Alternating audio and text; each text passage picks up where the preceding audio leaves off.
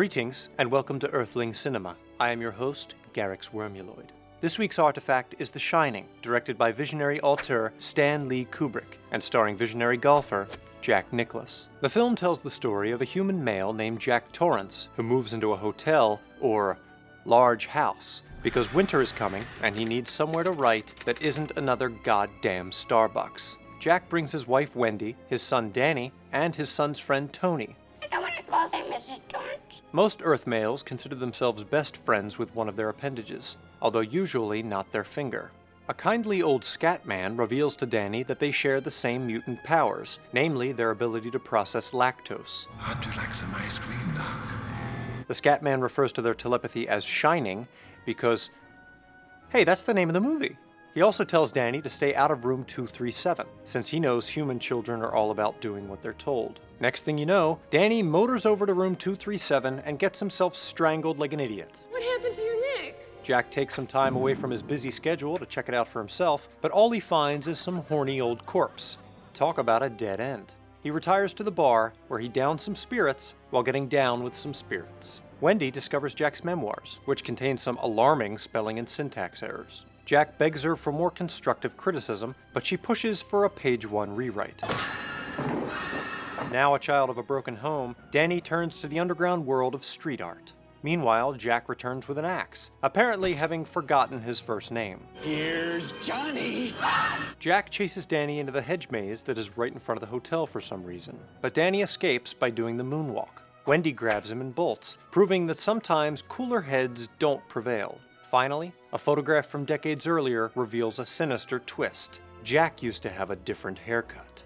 The Shining is one of Earth's most famous horror films, and yet it consciously inverts classic horror tropes like it don't even care. In most horror films, the monster is shrouded in mystery until it jumps out and spooks you, and nothing is seen from its perspective.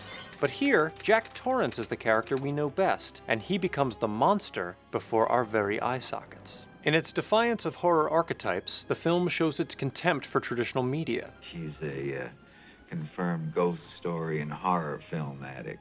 Jack often speaks dismissively of film and television, as if it is something absurd. It's okay, we saw it on the television. Take that, traditional media. Moreover, as Jack loses his mind, he talks more and more performatively, like a TV character. Wendy, I'm home. Eerily prescient, as television eventually gave Earth's entire population brain damage. Some of Earth's most renowned IMDb lurkers have posited that because the Overlook Hotel is built on a Native American burial ground, the site is supposed to be located on an Indian burial ground, and features Native American imagery, it represents America's history of overlooking the atrocities done to Native Americans. Furthermore, the hotel's haunting is the supposed manifestation of that suppressed violence. However, it was later revealed that this imagery was due to the fact that director Stan Kubrick was a huge Cleveland Indians fan. The film hinges on perspective, which is kept deliberately ambiguous to make the logic of what is happening impossible to discern.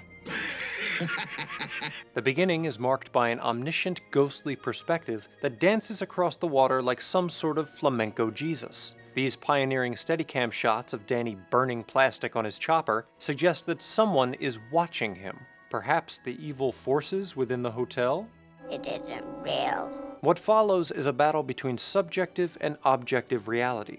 And this is one battle that can't be won with a neutron torpedo. Sometimes we see images through the eyes of a certain character, like Danny for instance.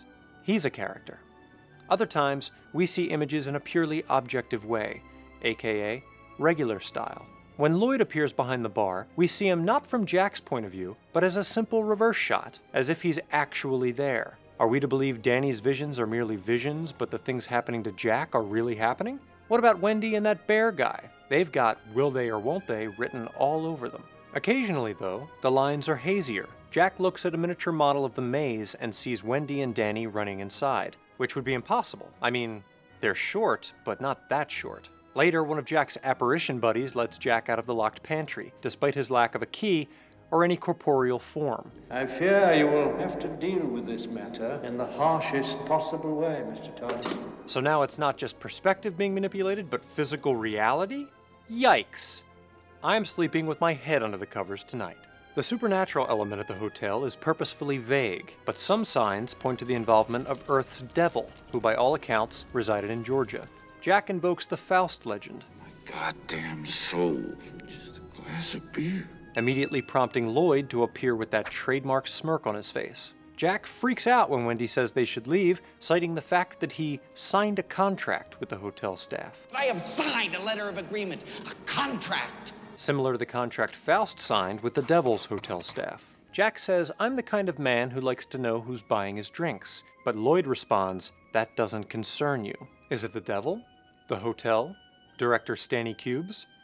Perhaps some questions are better left unanswered?